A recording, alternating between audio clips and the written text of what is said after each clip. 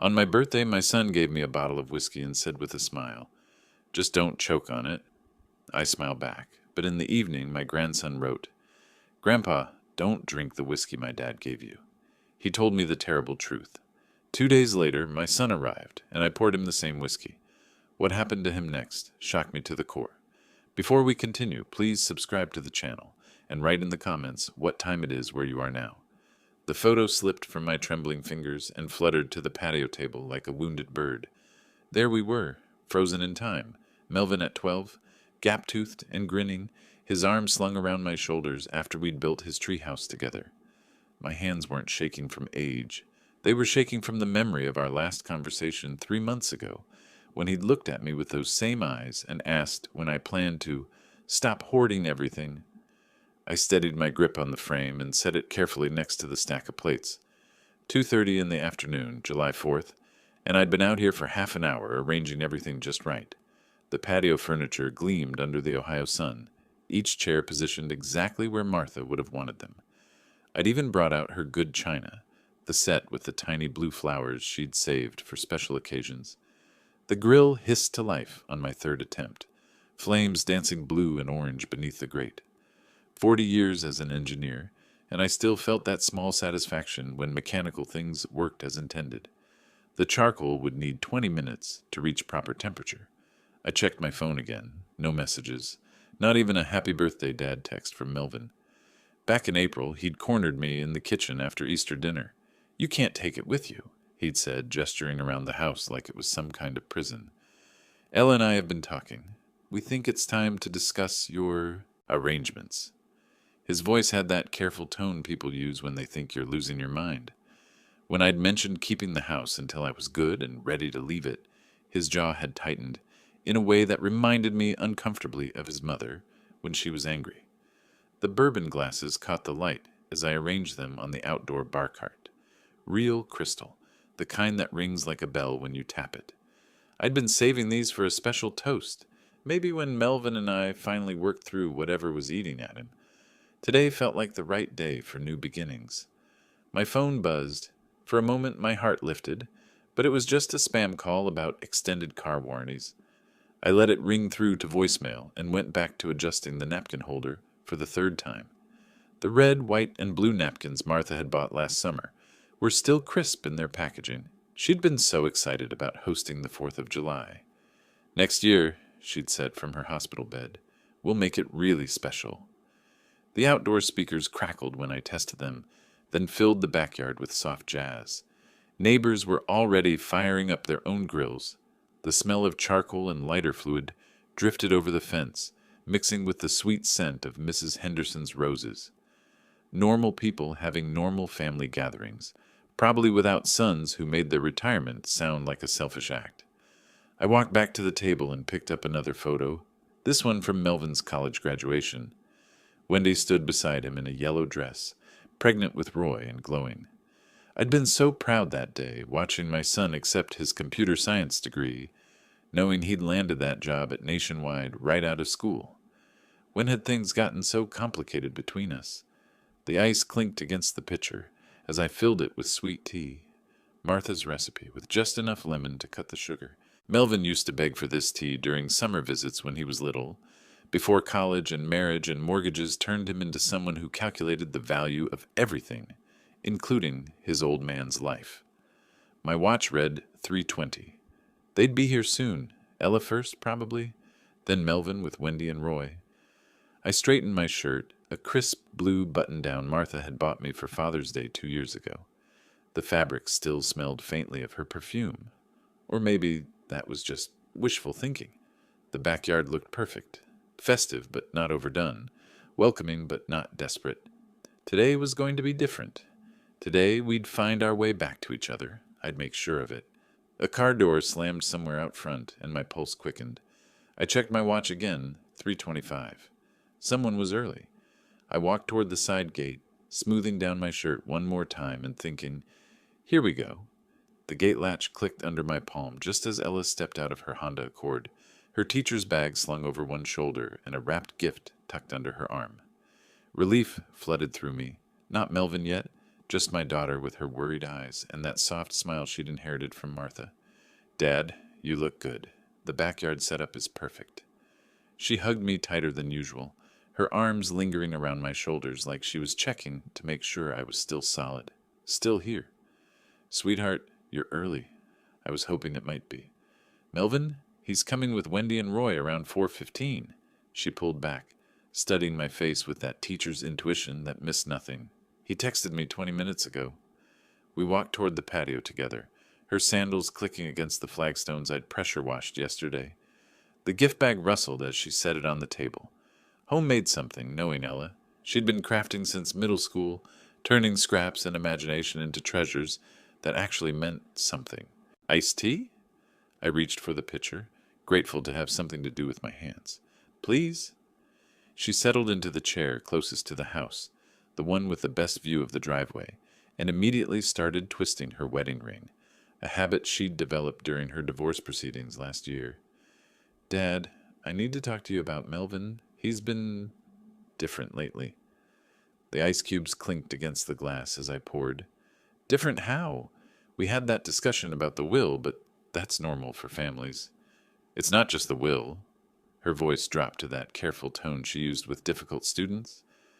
Last week at Mom's grave anniversary, he made strange comments about time running out. I handed her the glass, my own fingers steadier now with company. Honey, you're reading too much into... Am I?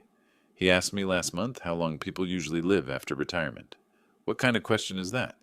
She took a sip but kept her eyes fixed on mine. And when I mentioned you'd been taking those new blood pressure medications, he got really interested, wanted to know the dosage, the side effects, whether you ever felt dizzy. The words hit me like cold water. I lowered myself into the opposite chair, the aluminum frame creaking under my weight. Ella, that's just... He's concerned about my health. That's good, isn't it? Is it? She leaned forward, her voice urgent but quiet. Last Thursday, I stopped by their house to drop off Roy's baseball uniform. Melvin was on the phone in the garage, and I heard him say something about natural causes, and no one would question it at his age. When he saw me, he hung up immediately and claimed it was a work call about server maintenance. My mouth felt dry despite the sweet tea. Maybe it was work. You know how IT people talk. Everything's about crashes and failures. She shook her head, twisting that ring faster. Dad, he's been asking weird questions. About your daily routine, what time you take your pills, whether you ever drink alone in the evenings, and then there's the money situation. Money situation? They're in deep, Dad. Wendy let it slip that they're behind on the mortgage, and Roy needs surgery for his deviated septum. Insurance won't cover all of it. She glanced toward the driveway again, as if Melvin might materialize at any moment. I think he's counting on certain things happening sooner rather than later. The jazz music from the speakers suddenly seemed too loud, too cheerful for the weight settling in my chest. I wanted to defend my son, to find rational explanations for everything Ella was describing. But the memory of his face during that Easter argument came flooding back, not just anger, but calculation, like he was already mentally dividing up the estate. Ella, he's your brother, our family. People say things when they're stressed. Do they say things like, Dad won't be around forever in front of their 14-year-old son? Her voice cracked slightly. Roy told me last week that his dad keeps talking about after Grandpa, not when Grandpa gets older or someday. After. Like it's already decided. I stared at the bourbon glasses catching the late afternoon light, those crystal symbols of hope and reconciliation I'd so carefully arranged. The photo of young Melvin seemed to mock me from its place between the salt and pepper shakers. We sat in uncomfortable silence, both of us checking our phones, both of us listening for the sound of car doors. The neighbors' barbecue laughter drifted over the fence, normal families having normal celebrations without poisonous undercurrents. At 4:10, multiple car doors slammed in quick succession. Ella stiffened in her chair, her knuckles white around the iced tea glass. Roy's voice carried over the fence. Grandpa, we're here. She reached across the table and gripped my wrist. Promise me you'll be careful, Dad. Please. I patted her hand dismissively, though my heart was hammering. Everything's fine, sweetheart. You worry too much. But as I stood up and straightened my shirt, I caught myself glancing at those bourbon glasses again, wondering if I was being paranoid or just finally paying attention. Game face on, sweetheart, I said, forcing confidence into my voice I didn't quite feel. Roy bounded through the gate like a golden retriever puppy, all knees and elbows in genuine joy. Grandpa, happy birthday. I missed you so much. I caught him in a bear hug, lifting him despite the protest in my lower back. At 14, he was getting too big for this, but he laughed and squeezed tight anyway. This was real, the love in his voice, the warmth of his embrace. Whatever darkness Ella imagined, it hadn't touched Roy. There's my favorite grandson. How tall you've gotten. I'm your only grandson, he grinned, the same lopsided smile Melvin had worn at that age. Wendy appeared next, carrying 2 covered casserole dishes and wearing a sundress that made her look younger than her 43 years. Happy birthday, Silas. I brought your favorite potato salad and that corn casserole you always ask for. You didn't need to go to such trouble, dear. I kissed her cheek, breathing in her familiar vanilla perfume. Wendy had always been the steady one, the peacemaker who smoothed over family tensions with homemade food and genuine kindness. Then Melvin emerged from behind the BMW, moving with careful deliberation. He carried an elegantly wrapped bottle, the kind of presentation that screamed expensive. His smile was perfectly calibrated, warm enough to seem genuine, but his eyes remained flat, calculating. Happy birthday, Dad. He approached like he was walking through a minefield, each step measured. I got you something special. The bottle felt heavier than I'd expected when he placed it in my hands. Premium wrapping paper, silk ribbon, the works. Through the tissue, I could make out the distinctive shape of a whiskey bottle. You didn't need to... Macallan 25 year, the good stuff. His voice carried that forced enthusiasm people use when they're trying too hard to sound generous. Cost me a fortune, but hey, you only turned 75 once, right? I stared at the bottle, its weight suddenly ominous in my palms. 25-year Macallan. I knew enough about whiskey to recognize we were talking about a $400 bottle, maybe more.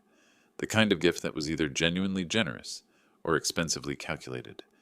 This is very generous, son. The words felt thick in my mouth. Melvin stepped closer, ostensibly to admire the bottle in my hands. His voice dropped to barely a whisper, meant only for my ears. Don't choke on it. The words hit me like a physical blow.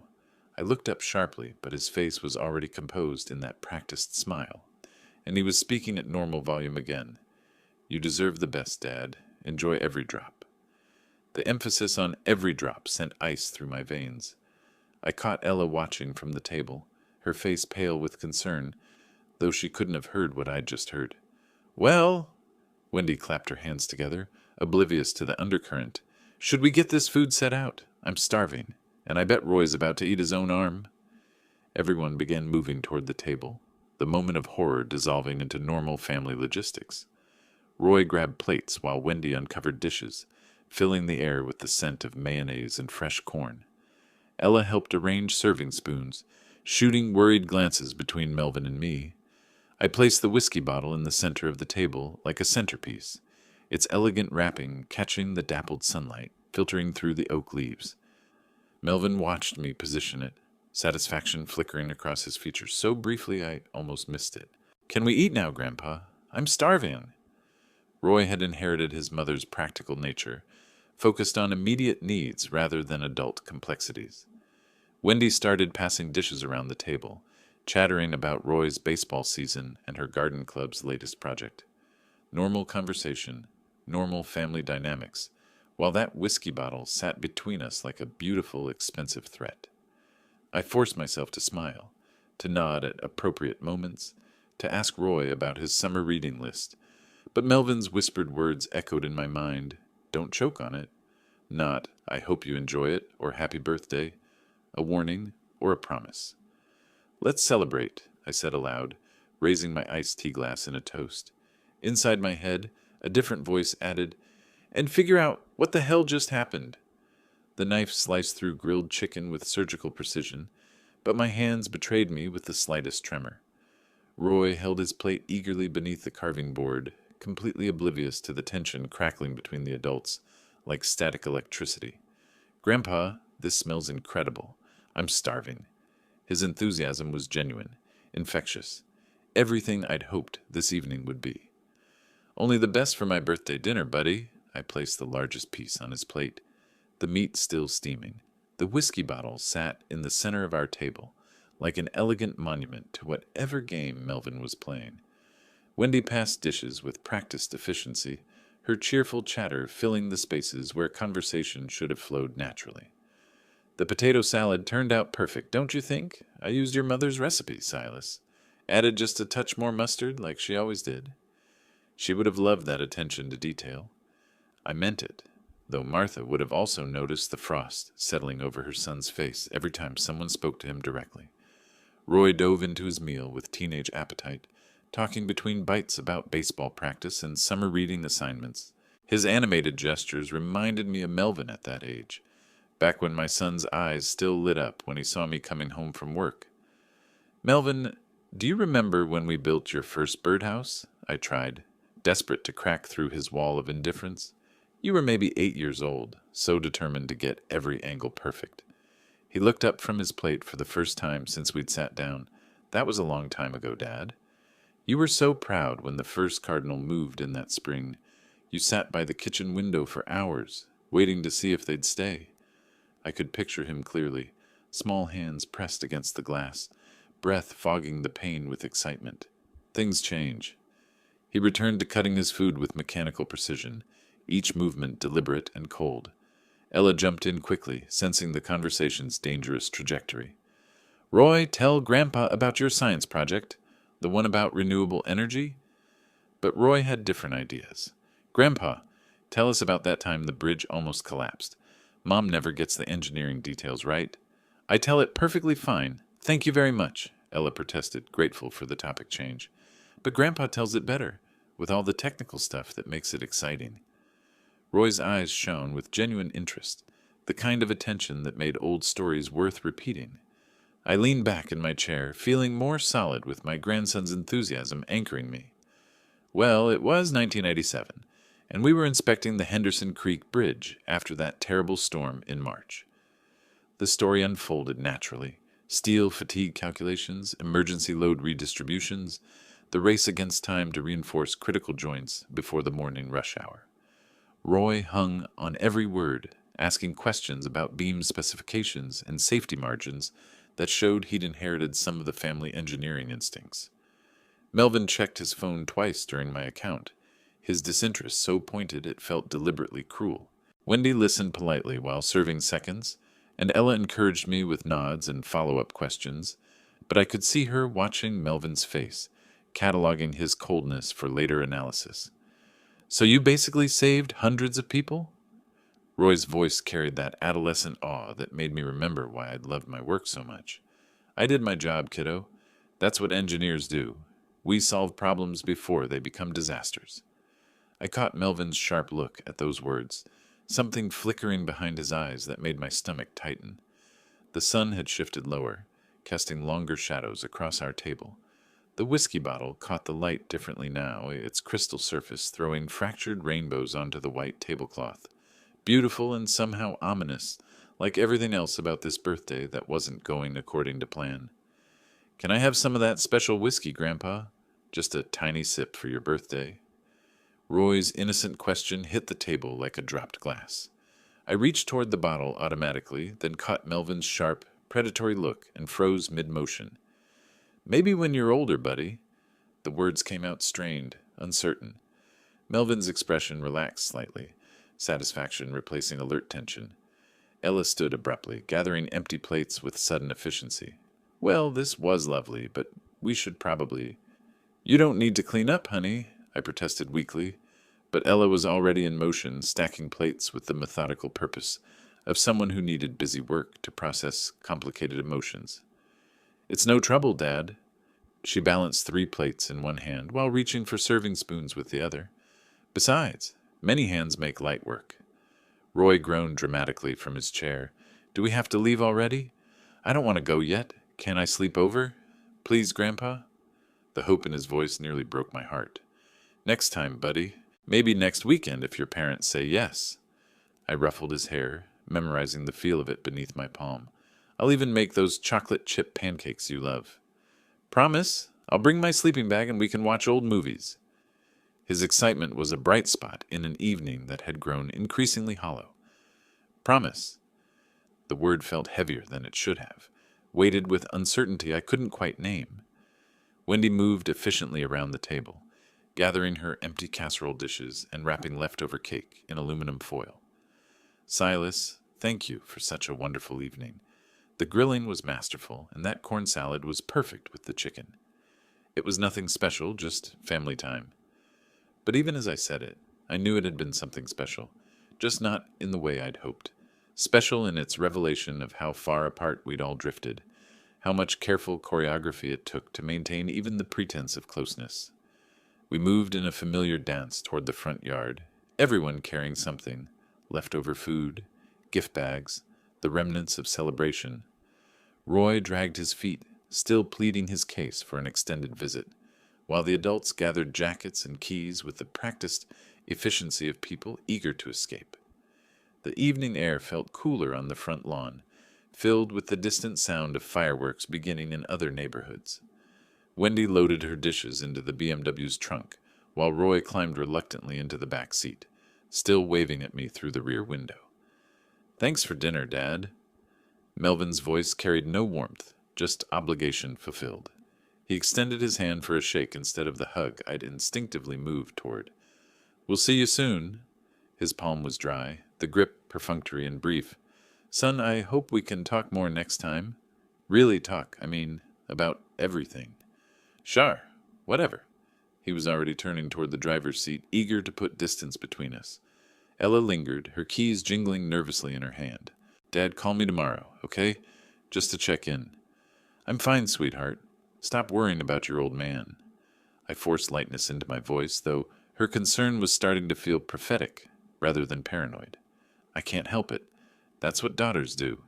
She hugged me tighter than usual, her face pressed against my shoulder for an extra moment. When she pulled back, her eyes were bright with unshed tears. "I love you. You know that?" "I love you too, baby girl. Drive safe." 2 cars pulled away from my curb in succession, Melvin's BMW disappearing quickly around the corner without a backward glance, Ella's Honda following more slowly, her hand waving through the driver's window until the darkness swallowed both vehicles.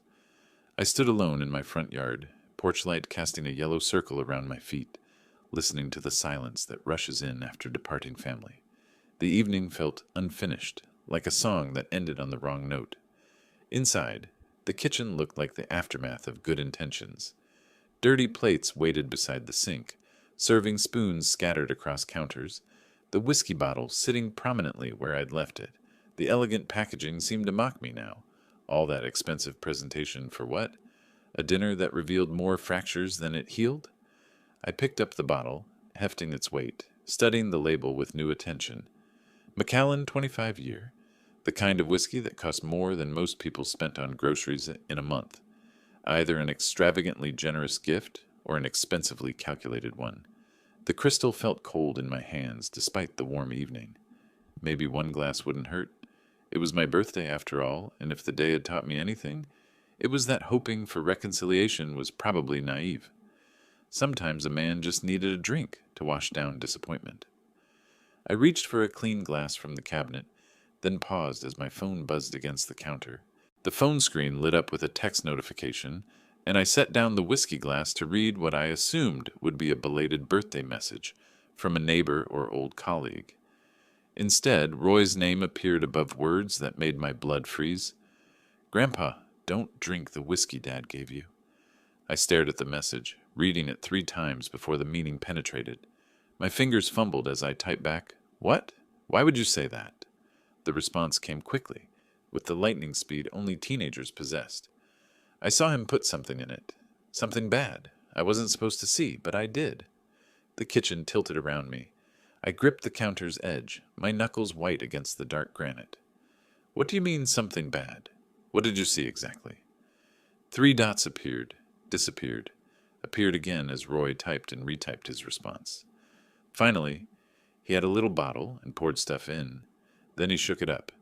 I asked what he was doing, and he got really mad and said, "Never mind."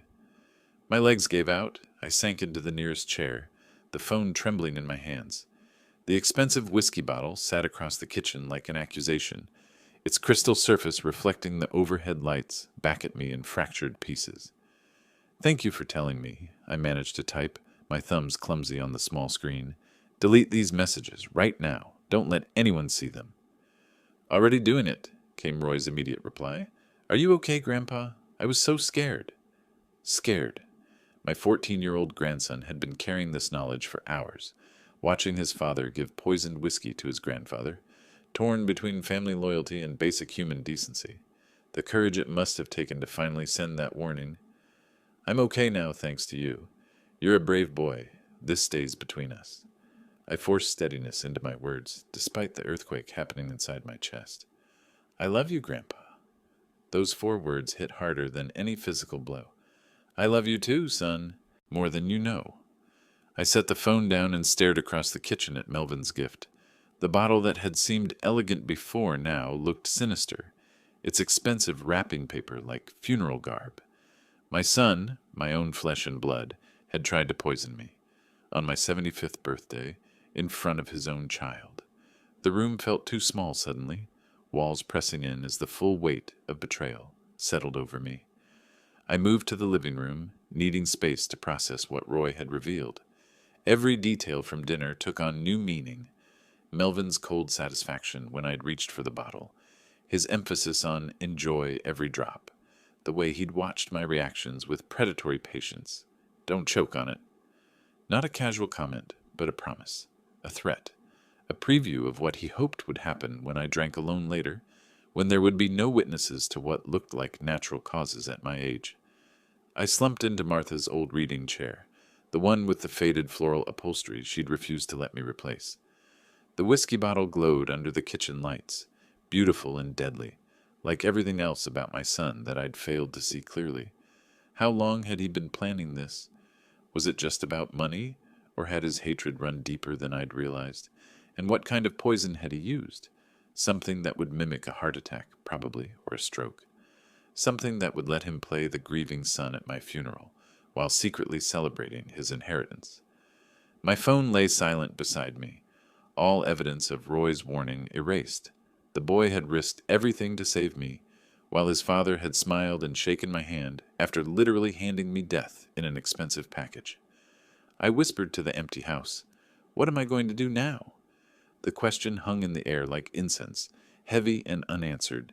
My 75th birthday had become the day I learned my son wanted me dead, and the only person who'd tried to save me was a 14-year-old boy caught in an impossible situation. I stood up slowly, my joints protesting, and walked back to the kitchen. The whiskey bottle seemed to pulse with malevolent energy as I approached it, no longer a gift, but evidence of attempted murder. I picked it up carefully as if it might explode, and held it up to the light, wondering what deadly substance lay hidden in that amber liquid that had cost my son $400 and whatever remained of his soul. Sleep had been impossible. I'd spent the night staring at that whiskey bottle, Roy's warning echoing in my mind like a prayer I couldn't stop repeating. By 8 a.m., I was dressed and researching forensic laboratories online, my engineering background demanding concrete evidence before I could accept the unthinkable truth about my son. The Ohio Forensic Lab occupied a sterile building downtown, all glass and steel, that reminded me of the corporate offices where I'd once presented structural analyses to skeptical clients. I carried the whiskey sample in a sealed mason jar, the amber liquid sloshing gently as I walked through automatic doors into an environment that smelled of antiseptic and determination. "What type of analysis are you requesting, Mr. Mills?" The technician, a young woman with kind eyes and a professional demeanor, didn't seem fazed by a 75-year-old man requesting poison detection on expensive liquor. "I need to know if anything has been added to this whiskey that shouldn't be there." My voice was steady, but my hands trembled slightly as I set the jar on her counter. "Suspected adulteration? We'll run a full toxicology screen. Should have results in about 3 hours." 3 hours. I filled out paperwork with the careful precision I'd once applied to bridge specifications, every detail documented for what might become legal evidence. Chain of custody forms, contact information, payment processing. The bureaucracy of discovering your son tried to murder you. The waiting room featured uncomfortable chairs and outdated magazines I couldn't focus on reading. Coffee sat untouched in a paper cup while I rehearsed conversations I might need to have, depending on what the analysis revealed. Part of me still hoped Roy had been mistaken, that some innocent explanation would emerge for what he'd witnessed. "Mr. Mills?" The technician's voice cut through my circular thinking. "We have your results." I followed her into a small consultation room where computer monitors displayed colorful charts and technical data that meant nothing to me. She settled behind her desk with a manila folder, her expression professional but concerned. "We found a sedative compound in your sample, specifically a benzodiazepine derivative. The concentration is approximately 15 milligrams per fluid ounce." My chest tightened. How dangerous is that? In this concentration, consumed regularly by someone your age? Very serious. We're talking about potential respiratory depression, cardiac irregularities, significant cognitive impairment. She paused, studying my face. "May I ask how you came to suspect contamination? What would happen if someone drank this regularly, say a glass each evening?" I avoided her question, needing medical facts more than I needed to explain family dynamics. Gradual onset of symptoms that might be mistaken for natural aging, confusion, dizziness, breathing difficulties. Eventually, she hesitated. "We can't make official medical determinations, but yes, this concentration could be fatal over time, especially for elderly individuals with any underlying health conditions." Fatal. The word hung in the air like smoke from an extinguished candle. My son hadn't just poisoned expensive whiskey. He'd created a weapon designed to kill me slowly while looking like natural causes. I need official documentation of these findings. My engineering training kicked in. Evidence, documentation, proof that would stand up to scrutiny. She printed a multi-page report on official letterhead, complete with chemical analysis charts, concentration measurements, and her professional assessment of the compound's dangers. I read every word twice, my lawyer's future consultation already taking shape in my mind. The drive home passed in a blur of radio music I couldn't hear. The sealed envelope containing laboratory proof sat on my passenger seat like a co-pilot I'd never wanted. Roy's brave text message had saved my life, but this clinical documentation transformed suspicion into legal reality. I pulled into my driveway and sat in the car for several minutes, engine ticking as it cooled, staring at that envelope. 45 years of raising Melvin, and it had come to this. Laboratory analysis proving he wanted me dead. Time to remember everything I'd sacrificed for that boy. Time to understand exactly what his betrayal had cost us both. The living room looked like a forensic accountant's office by 3 p.m. Photo albums sprawled across the coffee table alongside manila folders, stuffed with receipts, canceled checks, and loan documents I'd preserved with the methodical care of a man who believed family investments mattered. I'd spent 3 hours after returning from the lab systematically gathering evidence of my generosity, pulling files from desk drawers, retrieving boxes from closets, assembling a chronological record of everything I'd given my son over 24 years of unconditional support. The university folder was thickest. Ohio State engineering tuition receipts from 2001 through 2005. Each semester paid in full, despite the overtime shifts I'd worked to cover. Costs my salary couldn't absorb. $127,000 in education expenses, documented down to the last textbook reimbursement. I found the photo from Melvin's graduation day, both of us grinning in the May sunshine, his cap slightly askew, my face radiating the pride that made every extra hour worthwhile. "Summa cum laude," I whispered to the empty room. I was so proud I nearly cried right there in front of everyone. The mortgage documents came next. August 2008, right after the market crash, when first-time buyers couldn't get financing without substantial down payments. $32,000 from my savings account, transferred to help him secure that colonial on Maple Street. The paperwork still bore my signature as co-signer, guaranteeing a loan he'd described as temporary assistance. "Just until I get established, Dad," I said aloud, mimicking his voice from 15 years ago. "I'll pay you back within 2 years, I promise." The promise had evaporated like morning mist. Never mentioned again after the house closing celebration. My fingers traced the edges of credit card statements from 2015, the year his first marriage collapsed and left him emotionally shattered and financially devastated. 6 months of mortgage payments I'd covered, while he attended therapy sessions I'd also funded. $18,000 to keep him housed and sane during his darkest period. The professional networking folder was harder to quantify, but perhaps more valuable. Recommendation letters I'd written to former colleagues, phone calls to engineering firms where my reputation carried weight, introductions at professional conferences where handshakes opened doors. My son's resume, alone, couldn't breach. Frank Hartley had hired Melvin as a personal favor to me, overlooking his lack of IT management experience because he trusted my judgment about character. The irony tasted bitter now. I'd vouched for a son who was secretly planning my murder. Recent financial rescues filled the last folder. The cryptocurrency disaster from last year when Melvin's sure thing investment had cratered, costing him $15,000 he'd borrowed against credit cards.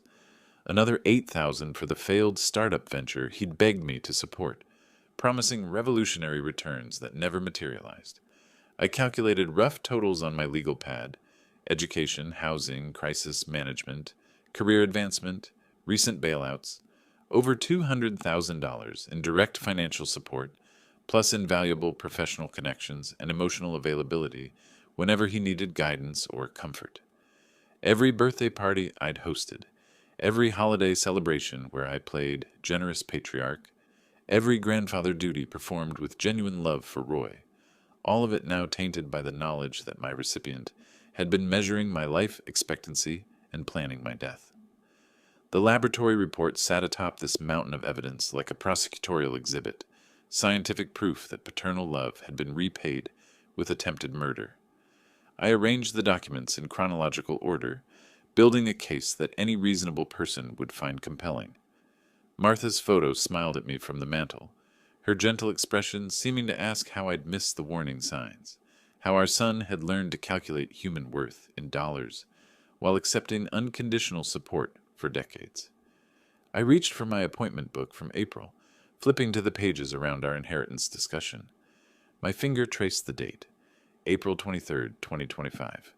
Family meeting, discuss will and estate planning. Melvin requested urgent discussion. That conversation had been the catalyst, the moment when reasonable family planning had transformed into something darker. I could still see his face across this same living room, the desperation masked as entitlement, the barely concealed anger when I'd refused to alter Martha's carefully planned distribution. That's when this all started, I whispered, opening the appointment book to that exact page. The memory pulled me back to that spring afternoon when I'd still believed my son was capable of patience, honor, and love. April 23rd, 2025. The date stared back at me from my appointment book in my own careful handwriting. Family meeting. Discuss will and estate planning. Melvin requested urgent discussion. I could almost smell the spring air that had drifted through these same living room windows 3 months ago when I'd still believed family problems were solvable through conversation and compromise. Melvin had arrived 20 minutes early, unusual for someone who typically ran late to family gatherings. He'd worn his good navy suit, the one Wendy had bought him for company presentations, and carried himself with the formal tension of a man preparing for an important business meeting. "Dad, thanks for making time for this." His handshake had been firm but damp, nervous energy radiating through his carefully controlled demeanor. I know estate planning isn't the most comfortable topic. We'd settled into these same chairs, him on the sofa, me in Martha's reading chair where I sat now, surrounded by evidence of his betrayal. For the first 15 minutes, conversation had flowed naturally. Roy's baseball season, Wendy's garden club activities, his latest projects at work. Then his posture had shifted, shoulders squaring like a soldier preparing for battle. "Dad, we need to talk about your will." "What about it?" "Everything's handled through Morrison and Associates. Martha and I set it up properly years ago." I'd been genuinely puzzled, seeing no reason to revisit carefully made plans. "That's just it. I think it needs updating. Modern estate planning, you know. Tax implications have changed since Mom died." His voice had carried that careful tone people use when approaching subjects They know are sensitive. I should have recognized the manipulation even then. The will splits everything equally between you and Ella. That seemed fair to both your mother and me. But circumstances have changed, Dad. I'm facing some financial challenges right now. Serious challenges. That admission had surprised me. Melvin had always projected financial success, driving newer cars than I could afford, taking family vacations that seemed expensive for a middle manager's salary. How serious? What happened to your job security? The job's fine. It's investments, cryptocurrency, some business ventures that went bad. He'd avoided my eyes, focusing on his hands clasped tightly in his lap. I'm about $47,000 in debt, maybe more. 47,000. The number had hit me like a physical blow, but my parental instincts had immediately shifted into problem-solving mode. Son, we can work through this. There are debt consolidation options. Maybe I can help with some immediate pressure. That's not enough, Dad. I need you to change the will. Give me a larger percentage of the inheritance. His interruption had carried a hardness I'd rarely heard from him, desperation wrapped in demand rather than request. She doesn't need it like I do. Ella has her teaching pension, her ex-husband's alimony payments, no major debt. She's financially stable. That's not how family inheritance works, Melvin. Your mother specifically wanted equal treatment. You've always favored her. His voice had risen sharply, years of perceived slights suddenly boiling over. The perfect daughter with her perfect teaching career, never asking for help, never making mistakes. That's not true, and you know it. I've supported both of you equally. Supported? Dad, I'm your son. I carry the Mills family name. I should inherit the house, the majority of your assets. The entitlement in his voice had been breathtaking. This wasn't financial desperation. It was calculated selfishness, dressed up as family tradition. You'll inherit fairly, when the time comes naturally. When will that be, Dad? When you're 90? 100? His mask had finally slipped completely, revealing something ugly underneath. I'm saying maybe it's time you considered that I need this money now, not in some hypothetical future. The room had gone silent except for my heartbeat thundering in my ears. My own son had just suggested I was taking too long to die, that my continued existence was financially inconvenient for his immediate needs. Get out!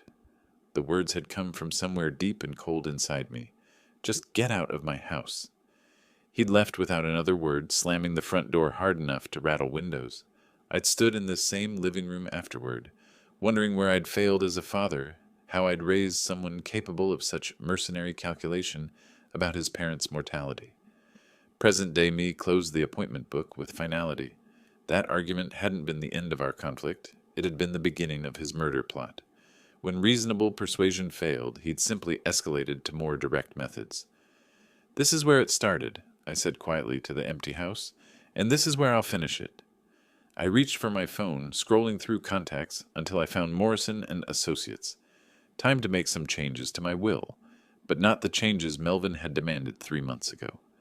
Morrison and Associates occupied the 15th floor of a downtown Columbus office building, its mahogany-paneled conference rooms designed to handle the weighty matters of estate planning and family law. I'd climbed these same stairs countless times over 15 years, but never carrying evidence that my son had tried to murder me. Margaret Morrison rose from behind her desk as I entered, her silver hair perfectly styled, despite the emergency evening appointment. She'd handled Martha's will, my retirement planning, and now she would help me write Melvin out of our family's future. Silas, what's so urgent that couldn't wait until Monday? Her concern was genuine. I'd never requested after-hours legal assistance before. I set the manila envelope on her polished conference table with deliberate precision. My son tried to poison me. I have proof. Her composure never wavered, though her eyebrows rose slightly. That's a serious accusation. What kind of proof? The lab report emerged first, its official letterhead catching the lamplight as I spread pages across the table. Ohio Forensic Lab, benzodiazepine derivatives in expensive whiskey, Melvin gave me for my 75th birthday. Margaret studied the technical analysis with the thoroughness that had made her Columbus's most respected estate attorney. This shows deliberate adulteration with sedatives, the concentration levels. Concentrated enough to kill me slowly if I drank it regularly. I laid out the financial documents next. Decades of support, hundreds of thousands in assistance, a pattern of generosity repaid with attempted murder. Have you contacted police? Not yet. I want to protect my grandson first. Roy's innocent face flashed through my mind. The boy who'd risked everything to save me. Everything needs to go to him through an irrevocable trust. Margaret leaned back in her leather chair, processing the magnitude of what I was proposing. That's a significant change from your current will. Are you certain about completely disinheriting Melvin? He forfeited his inheritance when he tried to murder his father. The words came out flat, emotionless. Engineering problems required engineering solutions. I want Roy protected from his parents accessing any funds. We spent the next hour crafting legal architecture that would ensure my grandson's future while punishing my son's betrayal. Irrevocable trust fund, educational expense priorities, trustee provisions managing disbursements until Roy reached 25. Margaret's fingers flew across her laptop keyboard, translating my protective instincts into legally binding language. The trust will need specific provisions about Roy's parents being unable to access funds even as his guardians, she explained, pulling up precedent cases on her computer screen. Perfect. Make it bulletproof. The document printing took 20 minutes. I watched each page emerge from her high-end laser printer, legal terminology that would reshape my family's destiny, appearing in crisp black text. Margaret arranged witnesses from her evening security staff, ensuring every procedural requirement was meticulously fulfilled. My signature felt heavier than usual as I signed the new will documents. Each pen stroke was final, irrevocable, a legal declaration that attempted filicide had consequences. Margaret notarized everything with her official seal, the embossed impressions making my decisions permanent. You could pursue criminal charges for attempted poisoning, she said as we gathered the completed documents. I'm considering it, but Roy shouldn't suffer for his father's crimes. I accepted my certified copies, evidence that justice would be served through legal channels rather than emotional confrontation. This trust structure protects him completely. Even if something happened to you, Melvin and Wendy couldn't touch these funds. The handshake that sealed our business felt like a pact with righteousness itself. I'd transformed my son's betrayal into my grandson's security, turning attempted murder into educational opportunity and financial independence for an innocent 14-year-old boy. Downtown Columbus sparkled in evening darkness as I drove home, certified copies of my new will resting on the passenger seat like passengers I'd chosen over blood relatives. At a red light, I pulled out my phone and found Melvin's contact information. My thumb hovered over the call button as I rehearsed the words. Son, we need to talk about your inheritance. Can you come over tomorrow evening? The light turned green and I put the phone down without calling. I'd wait until I was home. This conversation needed to be perfect. Sunday afternoon, sunlight streamed through my kitchen windows as I prepared the most important performance of my 75 years. The phone call to Melvin required perfect timing, precise word choices that would intrigue without revealing my hand. I'd slept well the previous night for the first time since Roy's warning text. Legal protection provided unexpected peace. Knowing my grandson's future was secure allowed me to focus on delivering justice with surgical precision. Melvin, it's Dad. Do you have a few minutes to talk? His voice carried cautious optimism. Sure, what's up? I've been thinking about our conversation in April, about the will. I let silence stretch between us, baiting the hook with carefully measured words. Oh, what about it? I think you might have been right about some things. We should discuss it face to face. The change in his tone was immediate, excitement barely contained. Really?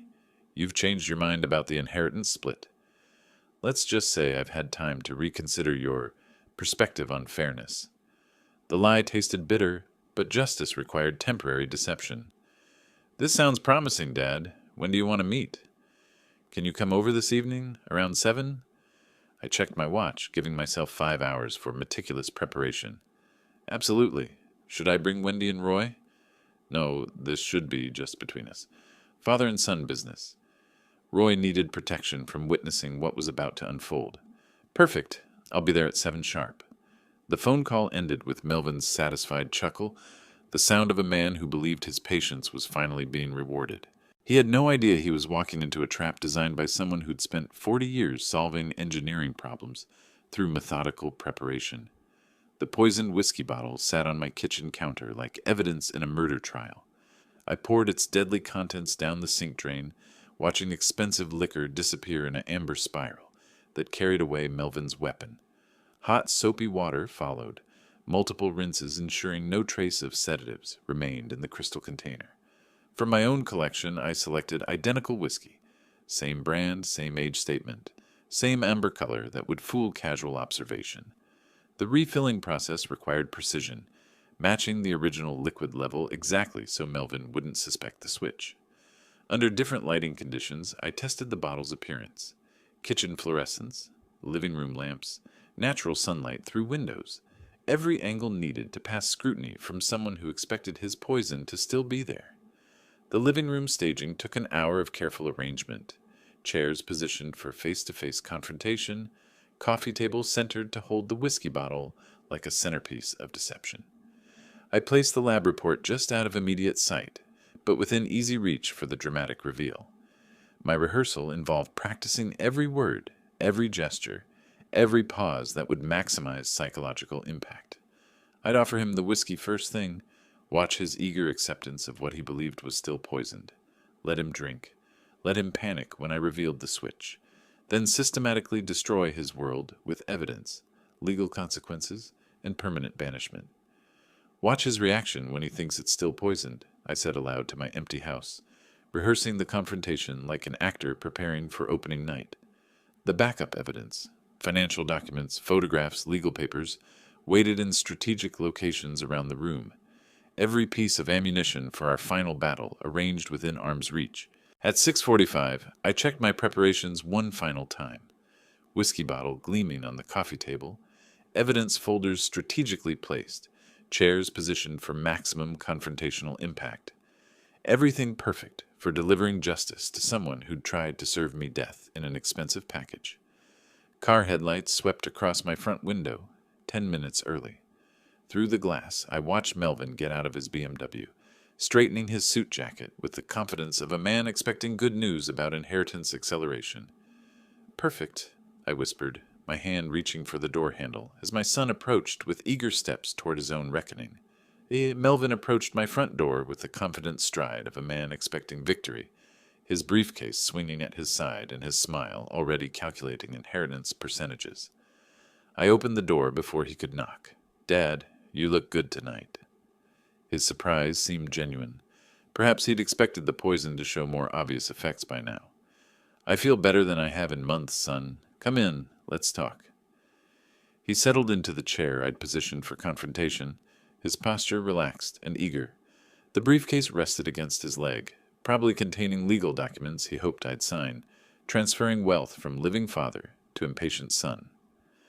"Thanks for calling, Dad. I'm glad you finally want to discuss the inheritance properly." His eyes swept the room, landing on the whiskey bottle centered on my coffee table like a golden trophy. "Oh, we're definitely going to discuss inheritance tonight." I moved toward the bottle with ceremonial precision. "But first, let's have a drink. I opened that lovely whiskey you gave me for my birthday." His face lit up with satisfaction. "That's perfect. It's good whiskey, isn't it? Top shelf quality." I poured 2 glasses with steady hands, the amber liquid catching lamplight like liquid sunset. "Let's find out together." "A toast to family." I raised my glass, waiting for him to mirror the gesture. "To family." He lifted his whiskey eagerly, no hesitation, no second thoughts about drinking what he believed was still laced with sedatives designed to kill his father slowly. The liquid touched his lips. He swallowed a generous sip, then another, his eyes closing briefly in appreciation of the expensive flavor. When he opened them, I was staring at him with cold intensity. "How does it taste?" "The same whiskey you gave me 3 days ago." Something in my tone made him freeze. The glass trembled in his hand as understanding began creeping across his features like dawn breaking over a nightmare landscape. "What?" He set the glass down abruptly, liquid sloshing. "What are you talking about?" "That whiskey you just drank with such pleasure. The one you doctored with benzodiazepine derivatives before giving it to your 75-year-old father. His face went white. He pressed his hand to his throat, eyes wide with horror. Are you insane? Why would you let me drink? Relax, son. My voice carried the same cold precision I'd once used to calculate load-bearing requirements for bridges that couldn't afford to fail. This is clean whiskey. I switched it out. Switched? He was on his feet now, backing toward the wall. What do you mean, switched? I reached for the manila folder beside my chair. I know about the sedatives you added. The lab report emerged like evidence in a trial. Ohio Forensic Lab confirmed it. Concentrated enough to kill me slowly while looking like natural causes. That's impossible. He wouldn't tell... Melvin stopped, realizing he'd just confessed. Roy saved my life by warning me. Unlike his father, he still has a conscience. I spread the financial documents across the coffee table between us. 47 years I raised you. $200,000 in support over the decades. This is how you repay me? His face crumpled as the weight of exposure hit him. Dad, I was desperate. The debts, the pressure from creditors. So you decided to murder your father? I stood up slowly, my engineering background making me appreciate the structural collapse happening in my son's world. Murder me and inherit everything immediately instead of waiting for natural death. It wasn't supposed to be murder, just acceleration. You're 75. People expect... Expect what? Expect sons to poison fathers when money gets tight? I pulled out the new will documents. Roy inherits everything now. Irrevocable trust fund. You get nothing. The color drained completely from his face. What do you mean, everything? The house, your savings, all of it goes to your son, the grandson who saved me from your poison. I walked toward the front door, opening it wide. You have 60 seconds to get out of my house before I call the police with attempted murder charges. He stumbled toward the door like a broken man, then turned back with desperate eyes. Dad, please. You stopped being my son the day you tried to kill me. The door closed with finality that echoed through my quiet house. Through the window, I watched him sit in his BMW for several minutes, head in his hands, before finally starting the engine and driving away forever. I returned to the living room and poured myself a small glass of clean whiskey. To Roy, I said quietly to the empty house, and to Justice. My phone buzzed with a text message. Roy's name appeared above simple words that made me smile genuinely for the first time in months. Love you, Grandpa. Justice had been served. Family had been protected. And somewhere in the distance, car taillights disappeared into the darkness, carrying away the son I'd raised, who'd chosen money over love, murder over patience, betrayal over family. I raised my glass one final time to Martha's photograph on the mantel. She would have been proud of how this ended, not with violence or hatred, but with protection for innocence and consequences for betrayal. The whiskey tasted like resolution. If you like this story, please like this video, subscribe to the channel, and share your impressions of this story in the comments. To listen to the next story, click on the box on the left. Thank you for watching.